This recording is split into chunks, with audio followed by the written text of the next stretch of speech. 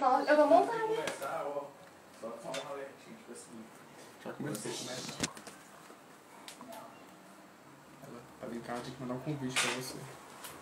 Ela entrou aqui, ó. É ela? Lá em cima. Aqui.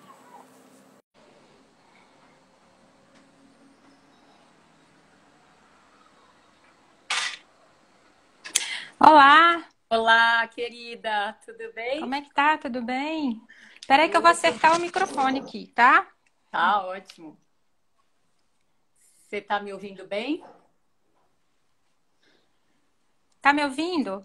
Tô Perfeito. super bem. Então, minha Eu não tô te audiometria ouvindo tá em ainda, dia Tani. e eu tô te ouvindo bem. O que que aconteceu aqui que o microfone não dá pra ouvir? Microfone. Oi. Ah. Agora sim. Vou ter que tirar. Você tá super equipada. Ah, eu tenho aqui uma assessoria em casa. Ah, eu vi, ó, palmas para eles. Senão não dou conta, não. Eu tô aprendendo aí essa tecnologia de Instagram. É até chato a gente falar, mas a gente não é desse tempo, não. A gente teve que aprender tudo. Ah, mas ó, a gente tem que aprender, a gente aprende a vida inteira, não é? Então, assim, aprender a fazer live é uma coisa a mais e tá tudo bem. Pois é. Boa noite, Tani. Boa noite a vocês que estão entrando aí agora. Felipe.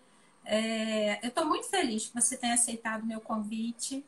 Eu tenho certeza que vai ser um bate-papo assim super produtivo. E eu não sei se uma hora de live vai dar, não. Mas a gente vamos tentar focar mais no que a gente se propôs, que era o zumbido, mas com certeza vão aparecer outras perguntas, né? Oi, Eduarda. Eduarda é uma amiga lá do Rio, neurologista também. Tudo bem? O Que pessoal da bom, que Uniclinic. bom. E você não É isso consegue aí, o ver. pessoal vai chegando, né? Pelo menos tem gente para assistir a gente, né? Tem, e a gente está indo bem. Pelo menos agora o pessoal tá entrando aqui. Fonoaudióloga, eu acho que as fonoaudiólogas vão ter um interesse bem grande aí também na questão do zumbido. E eu vou fazer umas perguntas para você, a gente não programou nada assim, mas vamos tentar falar do zumbido e aquela pergunta que não quer calar, que eu vou fazer a pergunta em primeiro lugar. Depois eu vou deixar o público fazer. O Tá zumbido tem bom. cura? Aliás, eu acho que um fator muito importante de movimentação da plateia para essa live, né, considerando que tem trocentas acontecendo ao mesmo tempo, é justamente o jeito que você colocou seu post com essa pergunta que não quer calar, né? Então, zumbido tem cura. Resposta curta e depois a gente vai alinhavando as coisas, tá? Eu super acredito que zumbido tem cura. Há muitos anos, mais precisamente há 21, quando eu mesma tive zumbido e me livrei dele. Então, essa passou a ser a minha verdade, e ao longo desses anos a gente vem construindo um passo a passo para mostrar para o planeta aquilo que a gente acredita e por que acredita. Certo. Então, a questão é o seguinte: muita gente me pergunta, eu tenho zumbido, por que eu tenho zumbido? Por que esse barulho me persegue noite e dia? Por que eu tratei com o ouvido e o zumbido persistiu? Existem muitos mitos em relação ao zumbido. E como eu trabalho também na área de dor de cabeça, os pacientes chegam e falam, olha, eu tô vindo aqui, eu tenho uma dor normal, mas aí apareceu essa. Aí o paciente se preocupa e vai consultar. É que nem um zumbido. Ah, eu sempre tive um zumbido, mas agora parece que ele piorou. Tá me incomodando quando eu trabalho durante o dia. Antes era só à noite, quando eu dormia. Então, eu acredito assim que tem muita gente com zumbido, muita. Eu não sei te falar, com certeza você sabe a estatística real a nível mundial, no Brasil. E esses pacientes ficam perdidos, porque eles escutam o tempo todo que não tem o que fazer, você tem que morrer com isso, você vai conviver com isso. Você não vai morrer disso, mas você vai ter que conviver.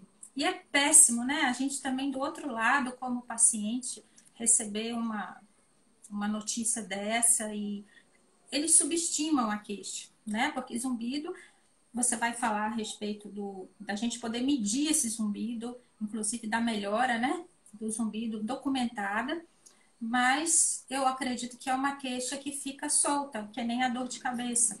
É um profissional aqui, outro ali, que o paciente procura vários especialistas e no final das contas não trata a real causa e o potencial de cura, né? Que muitas vezes acontece. Pois é. Bom, apesar de eu ser sua convidada, eu vou dar uma de metida e pedir para você compartilhar a sua experiência também, tá bom? Não me deixa falar Tá. sozinha não, viu? Não, eu que falo por cima. Se deixar, eu falo, atropelo. Você pode me atropelar aqui também. Então tá bom, vamos começar dentro de tudo que você comentou aí, vamos começar pelo mais fácil, que é com que frequência a gente tem zumbido nas pesquisas, tá? Se a gente pensar em nível populacional aí de fora do Brasil, acho que as pesquisas, as mais boazinhas falam em 10%, e tem uma nos Estados Unidos e outra na Suécia que falam em 24,3% e 25%. Aqui no Brasil, a gente tem uma da USP, né, do HC, de dezembro de 2016, se não me engano, de São Paulo, falando em 22% dos paulistanos. Ou seja, quer queira, quer não, juntando as internacionais ou a nossa aqui brasileira, tem uma a cada 5 pessoas tem zumbido, é o jeito simples da gente colocar, tá? E dentro dessa questão de uma a cada 5, mais ou menos, as nossas pesquisas têm mostrado, tanto com criança como com adolescente, que eles também têm tanto zumbido quanto a gente imagina que as pessoas de meia idade, de terceira idade têm. Só que é um submundo. Elas falam do zumbido, elas queixam espontaneamente ou tem que perguntar para ela? Exatamente. O que eles têm de peculiar, eu diria, é que eles se adaptam de uma maneira muito mais natural do que os adultos. Talvez porque os adultos tenham o crivo, né? Ó, isso aqui não é o regular, não é o natural, e daí isso fica com um significado de problema. Tem problema, vão procurar ajuda.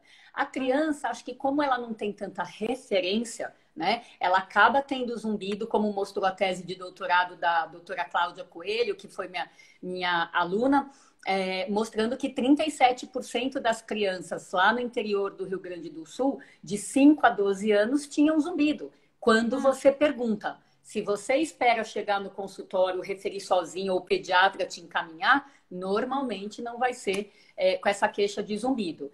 E a nossa pesquisa aqui em São Paulo com adolescentes de 11 a 17 anos mostrou que pela mesma ferramenta que é o questionário, 54,6% deles têm zumbido. Quer dizer, é de cair de costas, né? Muitas e muitas e muitas vezes, nessa idade, a coisa está atrelada ao fone de ouvido, à música alta, às alterações de formação, tanto da cervical ali, ou as lordoses, mais baixa do que a cervical, a parte odontológica, as besteiras que todo mundo come hoje, de chocolate, salgadinho, etc., e ao estresse, tá?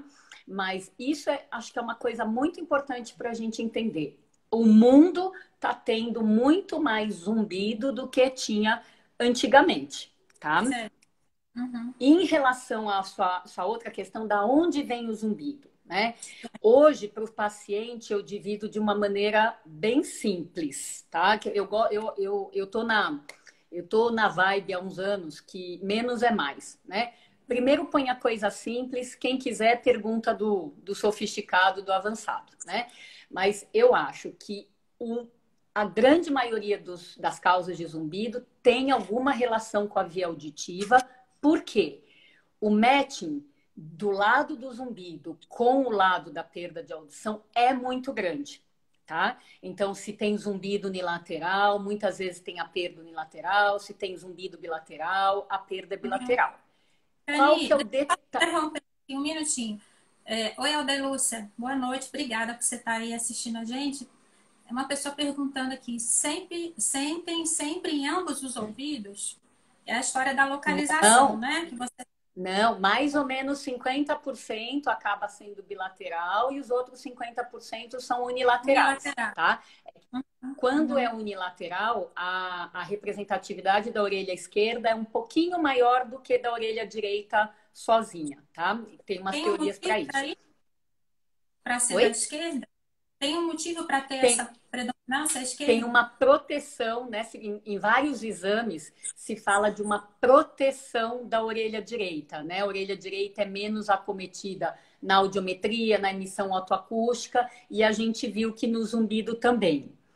Mas, de qualquer jeito, pensando assim, esse matching, né, entre o zumbido e a perda de audição é muito frequente. O palpite que eu quero dar é que muita perda de audição, o que eu estou chamando de perda de audição, não é o paciente achar que não escuta bem, é alteração na audiometria, Documentada, né? inclusive na audiometria de alta frequência, tá? E o Então, efeito de para rotina gente também, de alta frequência, não isso, é para a comum. gente conseguir comprovar esses 90% que eu estou comentando, a ideia é que, principalmente quem tem zumbido e tem audiometria convencional normal, que possa Passar para xeretar justamente a zona frágil do ouvido, que não é rotina aqui no Brasil, não rotina os otorrinos pedirem, o fono fazer e o plano de saúde pagar. Então, é toda uma questão que não vem ao caso, mas que dificulta ou o interesse ou o diagnóstico correto do zumbido, tá? Então, isso seria 90%. Os outros, mais ou menos 10%, eu colocaria como vizinhos do ouvido, tá? Então, essa parte odontológica, que é o vizinho da frente, acerzinho de baixo, a parte neurológica e o seu território, né? A parte emocional, a parte digestiva, a parte hormonal. Eu acho que nesse dá melhor o profissional que tem essa mente mais integrativa, mais holística, mais de olhar o todo do paciente ao invés de só olhar o ouvido. Dani, tem gente perguntando aqui qual é o nome do exame que eu tenho que pedir. A gente estava falando daquela geometria tonal e vocal, que é o padrão, né? Da Tá, maioria dos para investigação, sim, a gente pede audiometria tonal e vocal, audiometria de altas frequências, então normalmente ela mede de 9 a 16 kHz, tá? Alguns aparelhos medem até 20 kHz, mas até 16 já dá super para o gasto. A gente pede limiar de desconforto a sons, né? Porque a dupla, né, de acompanhante aí do zumbido, muitas vezes é a hipersensibilidade auditiva. Se o paciente está com essa hipersensibilidade, eu não peço fazer o reflexo estapediano, tá? Então, deixou de ser aquela dupla básica, audiotonal, vocal e imitanciometria. Para mim, audiotonal, vocal, alta frequência, né? LDL. E daí, se tiver normal, a imitanciometria, tá? A pesquisa do reflexo. E para medir o zumbido, o exame chama acufenometria. Biólogo experiente. Oi? Desculpa, que a conexão não está muito legal. E vamos aproveitar que você está falando dos exames. Tem pessoas aqui falando que, ó, Marcelo, boa noite, Marcelo. No interior de Minas não medem em altas frequências, somente medem até 8. Nesse caso, a gente sabe que tem zumbido, necessita desses exames. A gente tem, assim, alguma alternativa ou vai ficar com esse diagnóstico meio aberto? Como é que seria isso? Né? Trabalhando com a nossa realidade. Sim. Se num paciente que tem zumbido e áudio normal até 8.000, eu acho que se não tem alta frequência, vale super a pena. Vamos ver aqui o que está acontecendo. Tá pedindo para desligar o Wi-Fi, porque tá travando, o pessoal não tá conseguindo te ouvir. Travou.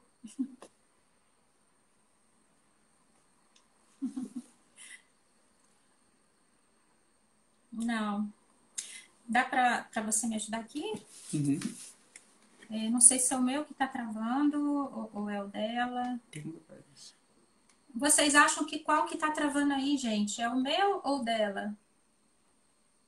Vou aguardar, porque tá mudo, travou. Qual que tá travado? É o meu aqui ou o dela?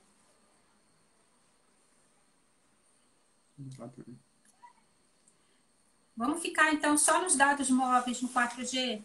Estão falando que tá ok. Aqui, pelo menos em Minas Gerais, o pessoal tá falando. Ricardo, boa noite. Doutora Meire, boa noite. É o seu, Tani, que tá travando. Vamos aguardar um pouquinho para ela não. Eu tá sem som, eu vou te mandar aqui a mensagem, tá bom? Acho que eu vou mandar uma mensagem para ela. Seu áudio está travando. Vamos aguardar um pouquinho, gente, para.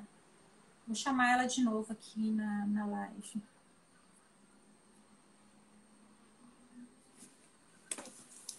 Então, Tani, tenta reiniciar o seu, que o seu que tá travando. Eu vou te chamar de novo. Ai, que situação.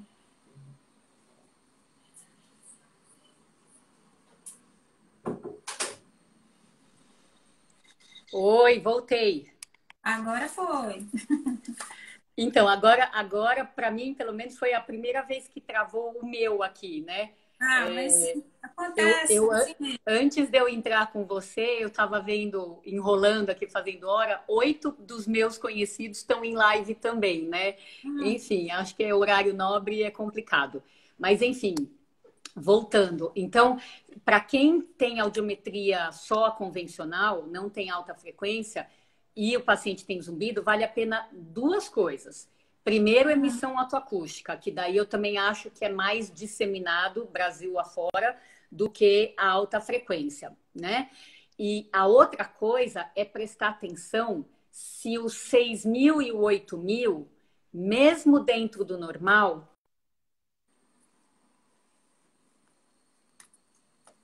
Tá sem áudio. Eu acho que ela vai ter que recomeçar.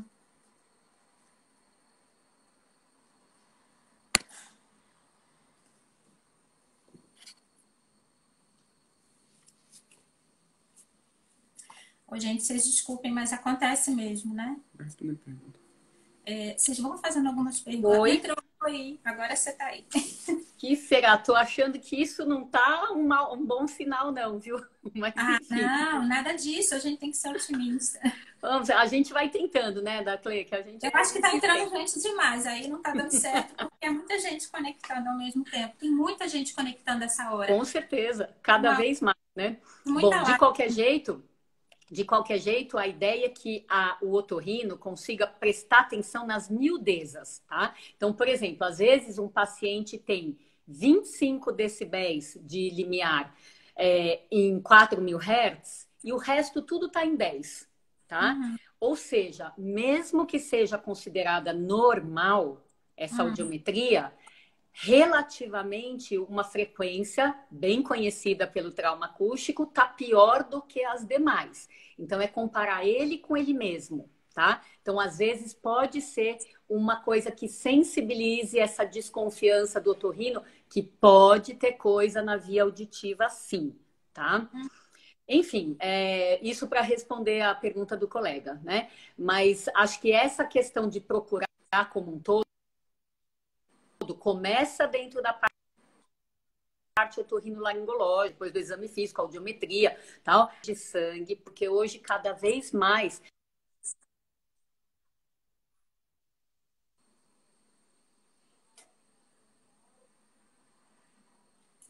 Tá travando. Manda mensagem pra ela, fala pra entrar só pelo 3G. Entra. Vamos desligar o Wi-Fi. Mas o meu tá só no Wi-Fi. Esse aí não tem. Então, gente, vamos tentar aqui. Eu vou pedir para ela entrar só no 3 ou no 4G para não travar. Aguenta aí, gente. Só um pouquinho. Ah, vou aproveitar aqui. Boa noite, Cida. O zumbido aumenta com a enxaqueca, certo? A enxaqueca é uma série de sintomas, inclusive zumbido também pode fazer parte. É comum pacientes que têm enxaqueca ter uma hipersensibilidade na orelha interna e durante as crises começarem a ter zumbido ou piorarem o zumbido que já existia. Oi? Oi, Tania, eu estava aproveitando para responder uma pergunta aqui. Vai fundo, a live é sua. E eu já tirei, bom, eu tirei o Wi-Fi aqui, vamos ver se ajuda. Tá. Eu Então, sou teimosa, eu vou voltando, tá bom? Uhum. Eles estão fazendo uma pergunta aqui que eu achei interessante. Tem tratamento para casos de zumbido com os exames normais? Bom, teoricamente, o tratamento pode existir para qualquer situação. É que, tendo os exames alterados, você tem um diagnóstico mais refinado, né? E a possibilidade de tratamento, tá? Uhum. Agora, quando não tem nada alterado, e nada quer dizer vai. Pediram para desativar o bate-papo, que depois abre para pergunta. Vamos fazer isso então, para ver se não trava.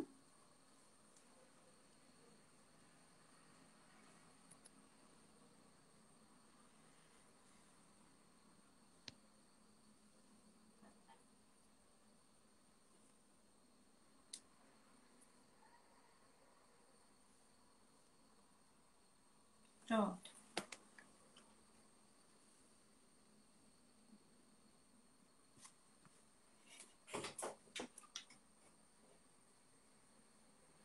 Eu desativei o bate-papo.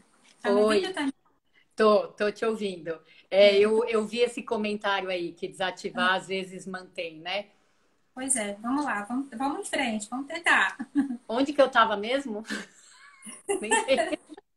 Ah, tá, Nem eu fiz lembro. a pergunta, quer dizer, fizeram a pergunta aí, como é que eu vou tratar o zumbido se meus exames Sim, forem normais, apesar dos isso. exames normais? Perfeito. Então, se eu não tenho nada, investiguei a parte audiológica, investiguei eletrofisiologia, imagem e vários exames de sangue, que hoje a gente acaba pedindo mais do que antes, vai ficar como zumbido idiopático, né? E assim como a cefaleia idiopática, né, ou qualquer outro sintoma idiopático, você não vai deixar sem tratamento, né? Você vai tratar o sintoma, você só não vai.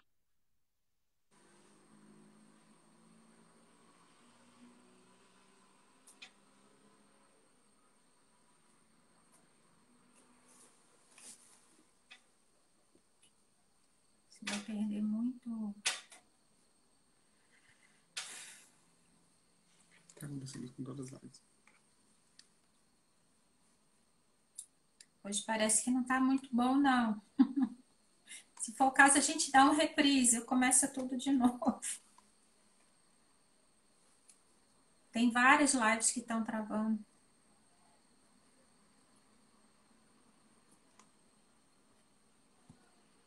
Não apareceu.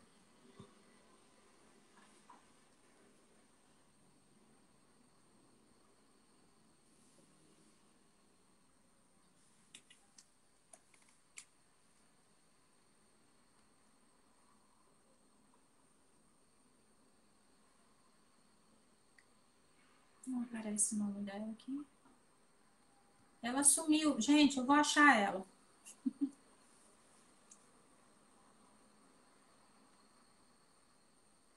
Vou achar a Tania aqui, peraí. Oi, de novo, Não décima desistir. vez. Obrigada, obrigada. Tem gente falando pra gente não desistir. Tem muita energia positiva aí, ó. Vai dar certo.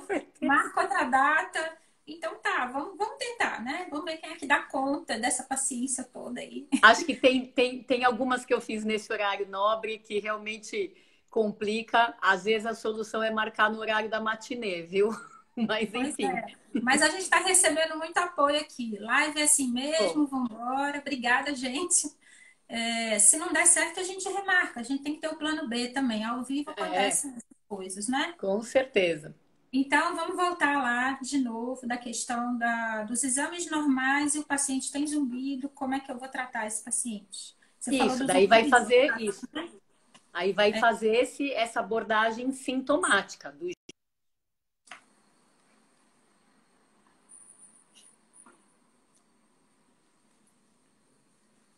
responder de você. O pessoal está pedindo para não sair, né? Não sei se eles estão me ouvindo agora, então. Vamos ver se a gente fica aqui firme e forte. Senão a gente remarca.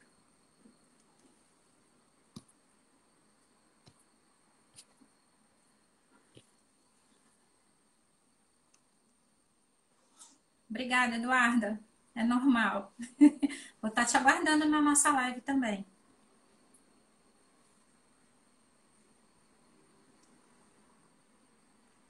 Certo. Enquanto Tani está aí sumida, Tani, hello. Estou de volta. É assim mesmo, a gente vai em doses homeopáticas aí das informações, tá? Vamos lá. Aí nós vamos tratar o paciente com zumbido idiopático. Claro que se a gente tem uma causa, a gente vai tratar a causa e a eficácia do tratamento com certeza vai ser melhor, né? Eu acho que como nesses anos eu venho com essa cabeça muito, será que tem cura? Se tem cura, como que tem a cura? Faz total sentido, como para qualquer outro sintoma da medicina, que você tenha melhor resultado quando você direciona. Mas na nossa pesquisa, né, que vai ser publicada agora, felizmente, com os primeiros 80 casos, a gente viu que tem gente. Gente, está cortando. Vocês têm as perguntas no Paraná. Eu vou começar a tentar responder algumas perguntas. O tratamento é medicamento, como a doutora Tani falou no início. Existem uma série de causas para o zumbido, normalmente tem causas, e a gente precisa encontrar a causa e tratar a causa do zumbido. O zumbido, na verdade, não é uma doença, ele é um sintoma, né? Normalmente são pacientes que têm zumbido, têm outras queixas, por exemplo, tem a perda auditiva, o uso de prótese auditiva pode dar uma melhorada boa no zumbido. Aquele paciente que tem um distúrbio hidroeletrolítico, metabólico, alterações de tireoide, um quadro de anemia importante, um quadro de alterações do sódio, do potássio, do cálcio, enfim. Sempre a gente tem que procurar um pano de fundo aí para o tratamento do zumbido. Tratando a causa de base, você deve ter melhora do zumbido, tá? Deixa a live gravada, eu vou tentar ver como é que faz isso aí. Vou pedir a assessoria aqui para me ajudar. Acredito que a gente consiga gravar, Tani. E Oi vamos de lá, novo. Oi. Vamos lá. Eu estava até tentando responder umas perguntas, mas é mais focada aí para sua área, né? E Mas eles você vai falaram saber de... responder todas, tenho certeza. Eu amo essa história de zumbido, porque você levantou aquela bandeira de que o zumbido tem cura. Isso me chamou muita atenção, porque ao longo desses muitos anos de profissão, eu nunca tinha visto ninguém, né, de peito aberto, com embasamento, com pesquisa e falar, não, vamos embora tratar e tem tratamento e tem cura. Isso realmente me encantou, como diz aqui em Minas. E eu tô aqui com você para isso, para ajudar muitas pessoas que estavam assim, largaram para lá, jogaram a toalha e tá bom, tem zumbido, vou conviver com isso. Hoje eu recebi uma ligação de um colega de faculdade, ele é cirurgião cardiovascular. Oi, Bruno, não sei se você tá aí com a gente. E ele me falou que assim, a qualidade de vida é muito ruim. Imagina ele operando Sim, lá, fazendo sim. um transplante e aquele barulho no ouvido o tempo todo. E aí uma neuropsicóloga aqui de Montes Claros, doutora Aldelúcia, boa noite, doutora Margarete, Oi. perguntou se a pessoa fica centrada o tempo todo no zumbido, né? Isso aí é uma questão que envolve a psiquiatria, a neurologia, a psicologia e o otorrino, que tem pessoas que parece que centram nesse problema e vivem com o zumbido. aquelas que sabem conviver e aquelas que não dão conta, que a qualidade de vida fica muito ruim, certo? Então, a questão de cura ou de melhora importante, porque a gente pensa assim, ah, tá, melhorou 30%, mas para quem não tinha melhora nenhuma, Isso. 30% pode ser muito significativo. Né? Isso. Apesar de que a gente tem uma maneira de comprovar, documentar através dos exames. É a cufenometria, né, que você tinha mencionado antes. Isso, e excelente seu comentário, adorei. Primeiro, eu te agradeço por essa questão da sua motivação, né, em tratar. E para gente que acredita nisso, quanto mais a gente conseguir outros profissionais que entrem nessa sintonia de tem coisa para fazer, inclusive a gente pode chegar no 100% de resultado, é excelente. E por que que a gente resolveu fazer essa pesquisa? Porque de tanto tomar na cabeça, de tanto falar, mostrar casos, escrever, botar né, na mídia social que tem casos de cura e tomar bordoada de volta, bordoada, não é? As pessoas não estão abertas para uma boa notícia, porque tem que mudar muita coisa de aprendizado enraizado. Então, eu tomei muita bordoada, principalmente de gente que acredita que uma coisa só é verdade quando tem pesquisa. E daí, por isso que agora, dia 6, né, de abril, a nossa publicação dos casos, os primeiros depoimentos de cura foi aceita pela Progress in Brain Research. E daí, acho que vai botar essa coisa que a gente vem falando há 2 décadas num outro nível. Um nível passível de convencer as pessoas que são extremamente céticas, né? Agora, por outro lado, Darkley, também vale a pena a gente deixar claro que a gente resolveu mexer com cura, que era para provar que existe. Mas a gente está muito longe de achar que todos os pacientes têm cura, tá? Então, a cura não é universal. Ela simplesmente existe e ainda precisa de muita pesquisa para a gente entender quem cura, como cura, quando cura e por que cura. Mas a pedra fundamental foi colocada, tá? Então, quando você fala que um paciente pode melhorar 30%, ele sempre pode melhorar 30%, 50%. E isso é sim extremamente significante, tanto para o otorrino que aprende, para qualquer profissional que aprende que não tem nada para fazer, 50% é diferente de zero, mas 50% não é cura, né? Então, também não pode ficar engrossando a coisa do não tem cura, não tem cura, não tem cura, como se não ter cura fosse igual a ficar na estaca zero. Não é. Entre o 0 e o 100% tem todo um caminho. E qualquer coisa que a gente profissional possa fazer para o paciente sair do zero, vale a pena. Essa é toda uma mudança de filosofia, né? Então, eu fico muito contente pelo seu comentário, porque é isso, né? Tem que aos pouquinhos mudar a cabeça, tanto dos pacientes como dos profissionais. Entendi. A questão desses pacientes que você viu que você acompanhou na sua pesquisa, desses relatos que curam efetivamente. Quem cura? Que tipo de patologia que cura? A gente sabe que a perda auditiva ela é irreversível na maioria das vezes, dependendo da situação, né? O paciente que vai para prótese, esse é um paciente mais refratário para controle do zumbido. Então, quem é desse grupo de pacientes curados que você observou, assim, a doença, enfim, o que eles fizeram também? Porque eu sei que não é só tomar um medicamento para zumbido. O medicamento é sintomático, ele pode melhorar durante um tempo, melhorar a vertigem também, mas quem foi que curou? Perfeito. Então, ó, a publicação foi feita com 80 casos, né? E como a gente acompanha esses pacientes a cada 6 meses para ver se eles continuam curados ou se eles recaíram, esses 6 meses a gente faz todo mês em abril e em outubro. Então, a gente acabou de completar a atualização. Então, a gente está com 121 casos. 121 casos, tá? Então, eu já vou falar um pouquinho a mais do que esses 80 que depois as pessoas vão ler na publicação. 70% desses pacientes que se curaram são mulheres, tá? Por quê? Não sei, mas talvez por uma maior aderência ao tratamento.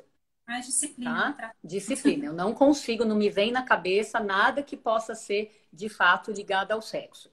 Tá? Questão hormonal, não, né? Acho que não.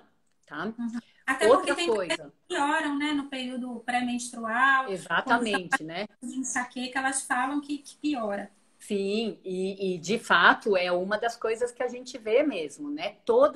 Várias alterações hormonais, dos hormônios sexuais, seja a mulher com a TPM, com a gravidez ou a menopausa, ou o homem com a andropausa, todas, e as alterações de tireoide, todas elas podem provocar mudanças no zumbido. Mas voltando para os tipos, né? Todas as idades da Clê. A menininha mais nova tinha 9 anos, a que se curou, né? E o mais antigo, que inclusive já faleceu, tinha 89 anos quando entrou na pesquisa, tá? E ele tinha perda auditiva também? Tinha perda auditiva também. Importante.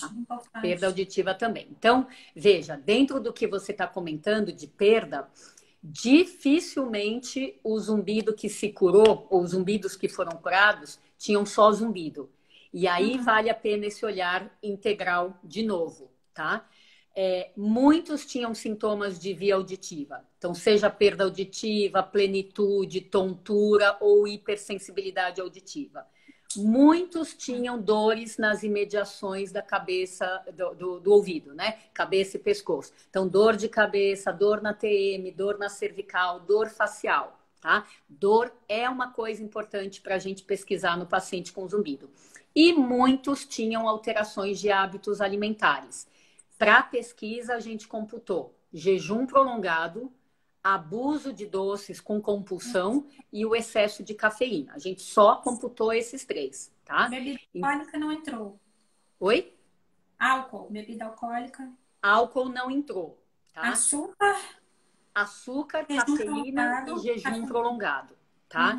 Então, o que salta aos olhos? Se o paciente tem zumbido e dor, não vale a pena você tratar só zumbido. Vale a pena você olhar o paciente como um todo e ver que tipo de tratamento pode abraçar numa tacada só o zumbido e a dor. Se ele tem zumbido e alteração de hábito alimentar, que tipo de tratamento pode atacar de uma vez, cuidar de uma vez da mudança alimentar e do zumbido. Então, essa é a lógica da coisa que a gente foi vendo aos poucos, tá? A tal da educação do paciente, né? Mudança de hábito. Isso. Observar o que pode ser gatilho para piora do zumbido. Sim, né? Às vezes por falta de tempo, com consultas muito curtas, né? O que acontece? O profissional vai no otorrino, vai no otorrino não, o profissional vai na questão do zumbido, procura uma medicação e não olha a parte digestiva, né? Então, quer dizer, isso diminui a chance de sucesso. E acho que por isso que muita gente não acredita ainda que possa ter cura nos pacientes com zumbido. Então, acho que quanto mais der para ter esse olhar do todo, melhor. Eu acredito muito nessa questão da dieta, sabe? Eu já oriento meus pacientes também no consultório. O neurologista recebe muito paciente de zumbido. Não, e você, tontura, zumbido e dor de cabeça, pelo amor de Deus, não dá para ficar sem olhar de gestão, não dá. Parece que ele já vem com aquele kit completo. Paciente tem enxaqueca crônica, aí tem a queixa da vertigem, tem a queixa do zumbido. E muitas vezes são fatores externos mesmo, que quando a gente faz o controle na dieta, melhora a questão da qualidade do sono, trata o apertamento, o bruxismo, trata aquelas síndromes dolorosas cervicais, que é impressionante. Eu já peguei pacientes lá no consultório, que eu faço aquele exame da palpação, procurando ponto gatilho, aí você me fala se isso realmente acontece, e na hora que a gente palpa o ponto gatilho, além da dor, o paciente fala, nossa, meu zumbido aumentou. Então, aquele paciente muitas vezes vai para uma fisioterapia. Aí, se ele se encharcar de anti-inflamatório, ele vai piorar do zumbido também, que tem a causa medicamentosa, né? Que pode acentuar também. Tem medicamentos que pioram ou até causam lesões na cóclea e no labirinto. Então, é questão mesmo de tratamento multiprofissional. E educar esse paciente. O meu paciente de enxaqueca, ele melhora também. Ele não fica curado da enxaqueca, mas ele, às vezes, não aparece mais no consultório. Olha, eu tinha 15 dias de dor no mês, eu tenho resolve com analgésico. Para mim, ele é considerado uma cura clínica, né? Mas é aquele paciente que tem a questão da disciplina, de entender que não é só tomar o antivertiginoso, ou seja lá o que for. Aquilo ali vai melhorar o momento de crise, de vertigem mais intensa, de zumbido mais intenso, mas não vai resolver a vida dele. Aí falam para mim, nossa, você passou um remédio tal e fulano melhorou, também quero tomar esse remédio. Mas o fulano, ele parou de tomar analgésico em excesso, ele controlou os horários da alimentação, ele melhorou a qualidade de sono, ele colocou atividade física regularmente na vida dele. Eu falo que essa parte é a mais difícil, né? Com certeza. Mas eu acho assim, quando um paciente pega um bom profissional, isso é meio caminho andado. Mas eu acho que tem duas coisas que são muito importantes como o perfil do paciente. Primeiro, ele tem que te entender, tá? Porque tem paciente que está fechado, não adianta, não é um momento, ele quer ouvir aquela coisa e você fala uma coisa diferente e pronto, ele não aceita. Não aceita. E a outra coisa, além do paciente te entender, ele tem que estar num momento de prontidão para fazer mudanças. Porque ir no médico, pegar um remédio, abrir a boca e engolir, isso aí é muito passivo, tá? Então, hoje, cada vez mais eu tenho falado no quanto a gente precisa cuidar do estilo de vida, porque a vida que a gente leva está estragando a gente como um todo, inclusive os ouvidos. Então, não adianta querer fazer igual e ter um resultado diferente. Então, paciente que está de prontidão, você fala e pimba, parece aquela luva que encaixa na mão. E ele vai. E a coisa flui, tem aderência, né? Agora, fisioterapia. Teve um paciente que, só o fato dele ter feito as sessões de fisioterapia, alongamento cervical, mas ele falou, olha, eu não sei mais o que fazer. Eu tô aqui, o que você falar, eu vou fazer.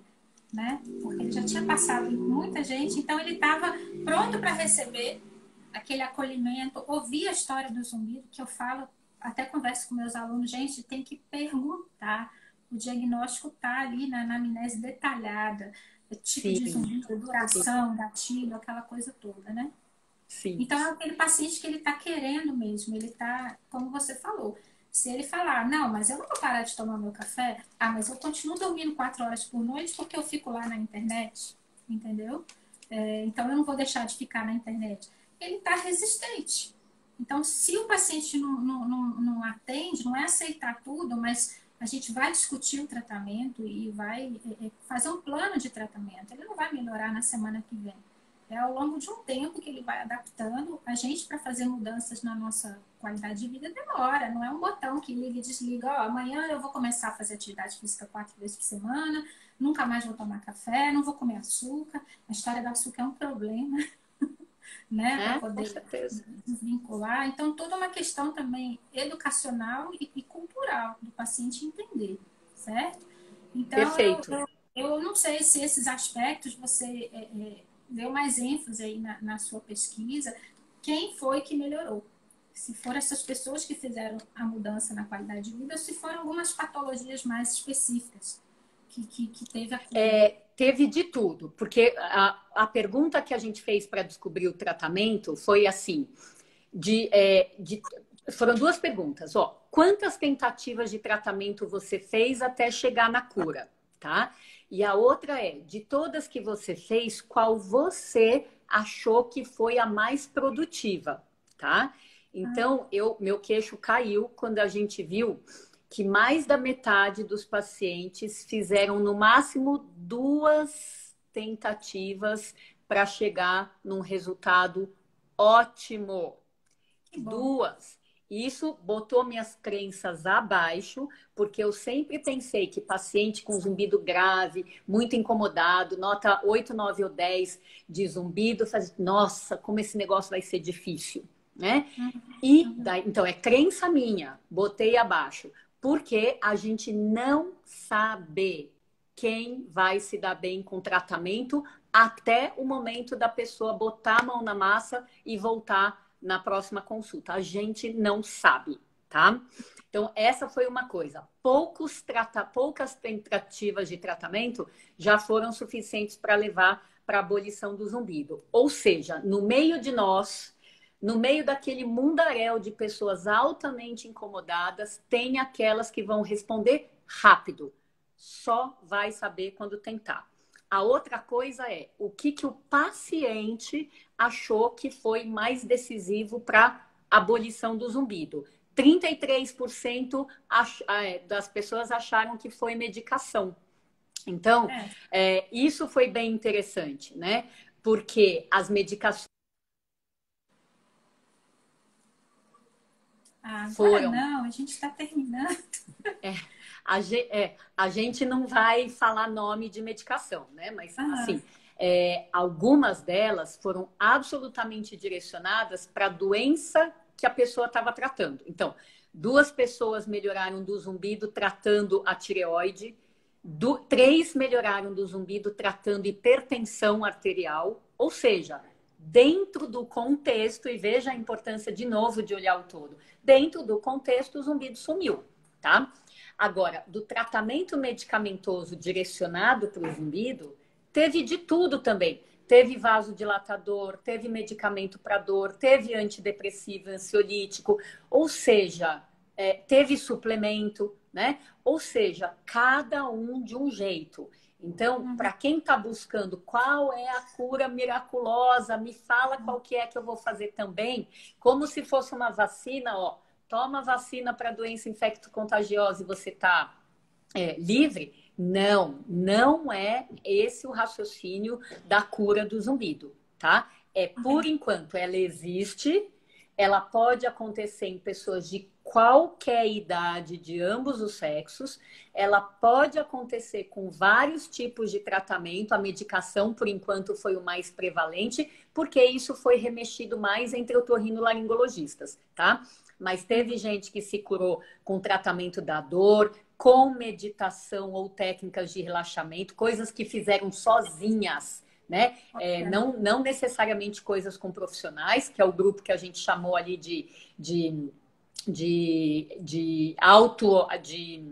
como é que foi o nome que a gente deu? E teve gente também que curou com a prótese auditiva convencional, só colocando amplificação sonora e, de alguma maneira, aquela plasticidade neuronal respondeu super favoravelmente, super, tá? Então, tratamento de dor, o tratamento do equilíbrio emocional, o tratamento da mudança de hábito alimentar e as medicações foram as técnicas de tratamento que os pacientes realçaram como sendo as que levaram o caminho da cura. Entendi. Apesar de que em torno de 30% que falou que o remédio que foi o responsável, né? Exatamente. Eu esperava que fosse um número maior de pacientes, porque a gente escuta muito. Doutora, aquele remédio que você me passou para o zumbido não resolveu. Eu falei, mas e aí? Parou de tomar café demais? Tá dormindo? E aí vai, né? Perfeito. Você tem, tipo, um protocolo para poder... que você direciona esses pacientes para pesquisa, né? Mas no dia a dia, no consultório, o que você pode deixar para a gente, assim, claro, cada um tem sua forma de atuar, sua experiência, enfim, mas existe alguma maneira da gente poder otimizar esse diagnóstico do zumbido no consultório, no dia a dia? A gente que não é o otorrino, o neurologista, o clínico que recebe, o geriatra que recebe, o que ele pode fazer de forma prática para já direcionar o tratamento desse paciente?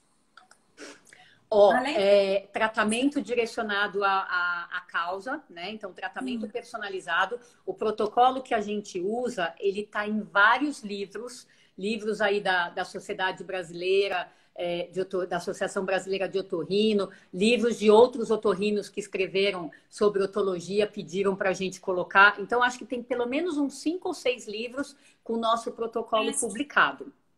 Tá? Então, ele está aí à disposição de muita gente.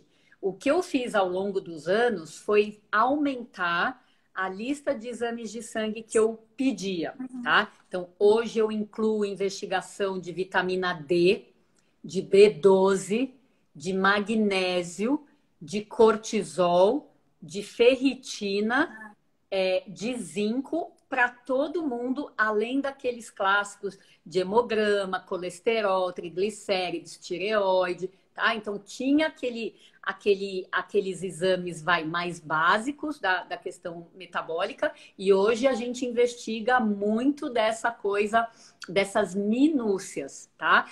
Tentando ver o quanto esses artigos que cada hora salpicam alguma coisa, de fato a gente encontra essa questão na prática, tá? Então, o que mudou foi só um aumento nos exames de sangue, tá? Porque hoje eu passo a valorizar para o tratamento pequenas mudanças. Eu quero tanto diminuir essa coisa de zumbido idiopático que a gente vai buscando mais possíveis causas para ver se elas realmente existem, né? E você só descobre isso à medida que você valoriza as alterações que os exames te mostram, né? Porque senão, se você fica achando, a vitamina D, a pessoa tá 25, sei lá, mas isso é bobagem, aí você vai perder a chance de melhorar um paciente com reposição de vitamina D, que é extremamente simples para fazer. Tá? Então, mas de qualquer jeito, o protocolo de investigação está absolutamente escancarado aí na literatura, em vários livros de otologia. Não necessariamente tem que ser o otorrino para começar a investigar, né? O próprio clínico. De modo algum, acho que é o neuro, o clínico, o geriatra, né? A gente fala para otorrino porque é a plateia principal que a gente tem, né? Claro, mas de qualquer jeito, o que eu acho assim, pode ser o médico que for, o que é importante que tenha essa cabeça direcionada para diagnóstico do zumbido, tá? Eu adoraria que tivesse mais pediatras e ebiatras perguntando de zumbido também, né? Pode ser o médico que for, porque diagnóstico é atribuição do médico, né? E o médico tem que ser uma central distribuidora. Então, eu faço assim, esse paciente eu dou conta, tá dentro do meu conhecimento, do expertise, eu vou tratar. Se eu fiz um diagnóstico e ele vai ficar melhor na mão de alguém da equipe, pelo amor de Deus, vamos compartilhar o paciente, porque todo mundo tem que estar interessado no paciente ter cura, não no paciente ficar com a gente, né? E sim no paciente ter cura. Então, a causa odontológica, a causa cervical, a causa neurológica, a gente tem mais que fazer uma rede, né, de contatos aí de gente interessada, com certeza. A internet está tão boa e eu estou vendo aqui que a gente vai ter que acabar. A live vai encerrar sozinha em 5 minutos, que eu fiquei sabendo. Eu achei que a gente podia dobrar essa live. Não tem como, até porque perdendo. Você me convida de novo. Então, vamos fazer o seguinte, posso eu te convidar agora para retribuir? Pode não, deve. Eu vou lá. Estou honrada. Mas eu te aviso, se cair a live, aí você me convida de novo, tá bom? Tá bom. Eu estou recebendo aqui umas perguntas, aí eu vou rapidamente fazer aqui para não cair. Eu até recebi aqui no WhatsApp. Seria possível comentar sobre o zumbido no início do estágio demencial de alguns pacientes? Peraí, sobre o zumbido no início do estágio? Seria possível comentar sobre o zumbido no início do estágio demencial de alguns pacientes, quando começam os sintomas da demência? Ou tem a ver também com a idade, né? Porque é uma população, geralmente a demência é uma população. Eu já estou querendo te responder, mas. Não, eu acho que essa é uma pergunta para você. Você que está querendo passar para mim. Pode responder. Não, no caso, assim, eu imagino que essa população, né, que no caso Alzheimer seria a causa mais comum de demência nessa população geriátrica, são pacientes que têm comorbidades.